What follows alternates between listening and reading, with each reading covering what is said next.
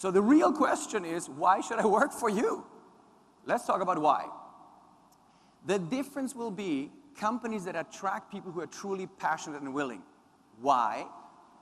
Example, this gentleman I happen to know, Jason Coe, fantastic individual, and he runs an actually pretty low-tech business.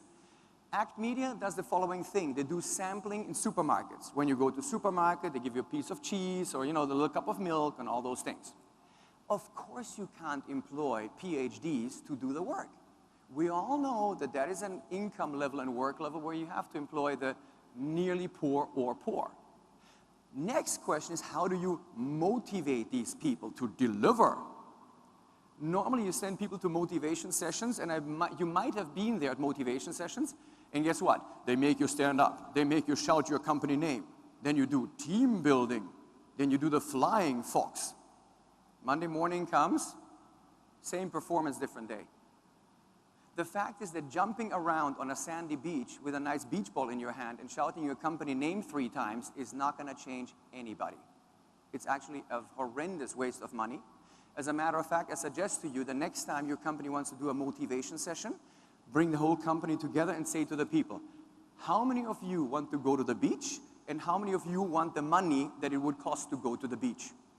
Most people say, give me the money, I go home. That's even more motivating.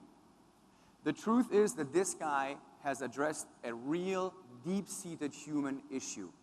Why am I alive? When I die, what was my contribution?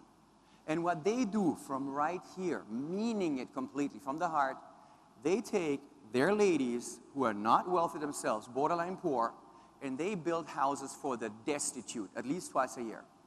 And that means the following. Everybody knows that this position, this job can't pay more. We all know that. But you know what? If I can actually go out together with my team and really help humanity, me, even though I'm really poor, that is an amazing feat. And they don't do it out of cynicism. We can say, well, that's very cynical. No, no, no, no. It has to come from here. So when you work for him, he will teach you the joy of giving. Very, very interesting, and not a gimmick. This guy is Blake Mycoskie. Blake Mycoskie is in shoes. So he has figured something very interesting out. Ladies, I'm going to hate to break a big secret to you. Do you know that most of your shoes are overpriced? You bought the shoe, there's a price label on it, and there's a name. Malonno Blahnik, Jimmy Choo. And he's like, Jimmy Choo is the shoe. You buy the shoe, you put it on, you feel good. Nothing wrong with that. But the price is too high. So what he did is the following. He said, look, I'm going to give you a very well-designed shoe, very well manufactured, and guess what?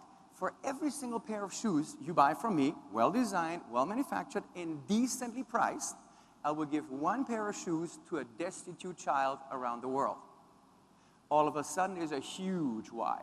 When you work for the company, for Tom's, 1 for 1, Tom's the company, you know every day why you're going to work. Yeah, we're going to make some money. Yes, we're going to sell some shoes, but it's not about the shoes anymore. There is a larger, bigger societal why attached. And ladies and gentlemen, it's still a for-profit company. Very important. So they're not, not an NGO. There's a big why. Next, this guy you might know, Steve Jobs, has got a very, very simple why. I want to put a ding in the universe. Steve Jobs is known not to be the nicest leader. Leadership is not a popularity contest. If you want to be popular, don't become a leader. A leader needs to live in the future and have a better vision for humanity. That he certainly has. He has shifted all of our lives, whether we like it or not, through his technology and vision. This is why people go there, and they fight for it. They're believers. They're not employees. They're actually believers. Because he wakes up in the morning to put a ding in the universe. That's juicy. This gentleman is very interesting too, Captain Watson. He's the gentleman you might recognize from a show called Whale Wars. He doesn't even have a product. He only has a value, and the value is you will not damage nature. If you kill animals like whales or dolphins and expanding other species, I will chase you down. And he has created product out of it, marketing, TV shows, everything. I buy his products regularly. Why? Because I want to give him money so he continues doing the good work. And his why, when he wakes up in the morning, and the crews who manage ship were willing to die, literally, they sign a contract, when I die or if I die in the ship, Not your problem, it was my choice. Think about that if your team was like that. For one simple reason. You haven't lived if you haven't found something worth dying for. That is deep. That is meaningful. So, first myth that has to go, it is not only about the money. Money is important, I grant you that. But it's not only about the money and not only about the corner office. Sorry, that was the best corner office picture I could find. Not the one I liked, but that was the one I found. It's not about that anymore. The measurements have shifted. It is not about motivation. Totally wrong. Because this thing says, you know, if you just need a few pretty sayings and a few pretty retreats, you'll be out of a job pretty soon. Because your job can be done by a computer or a machine. So, actually, it is all about purpose. Really about purpose. And the difference is, it's not about a nice poster on the wall. It is about what is the vision of the company? What is your contribution? Are you excited about what you're going to do? Yes or no? And there has to be a real meaning. Shareholder value as a driving force is non-existent. It's a lie. It's a complete lie. So when you go back to the company, please ask your CEO, what are we doing here? And if you don't like it, make a choice. Because not, the choice will be made for you, literally. Which brings me to a very interesting guy. Have you guys heard about Zappos? Zappos, yes, no? Who's heard about Zappos? Quickly. Okay, 1, 2, 3, just a few people.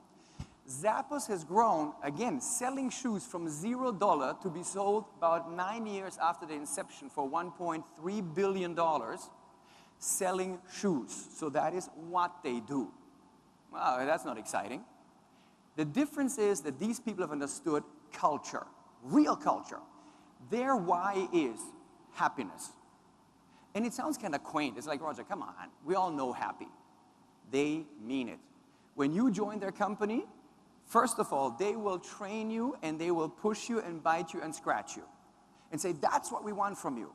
And after 1 week of training, initial training, they will come in and at the beginning, a few years ago, they would say, if you leave now, and if you don't like working here, we're okay, you don't have to stay. We will even pay you $1,000 US in cash right now to leave. Why? Because we acknowledge you took a risk. You came here, you might have gone to another interview.